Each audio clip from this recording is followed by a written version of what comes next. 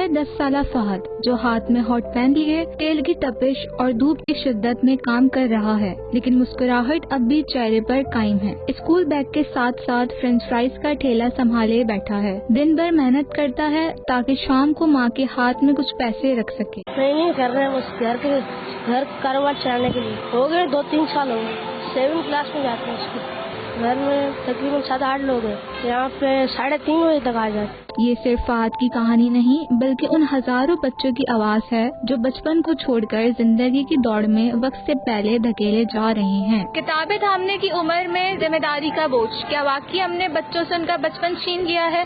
Camera مین طارق اشفاق کے ساتھ مہانور عبد القدوس، metro one news, Karachi.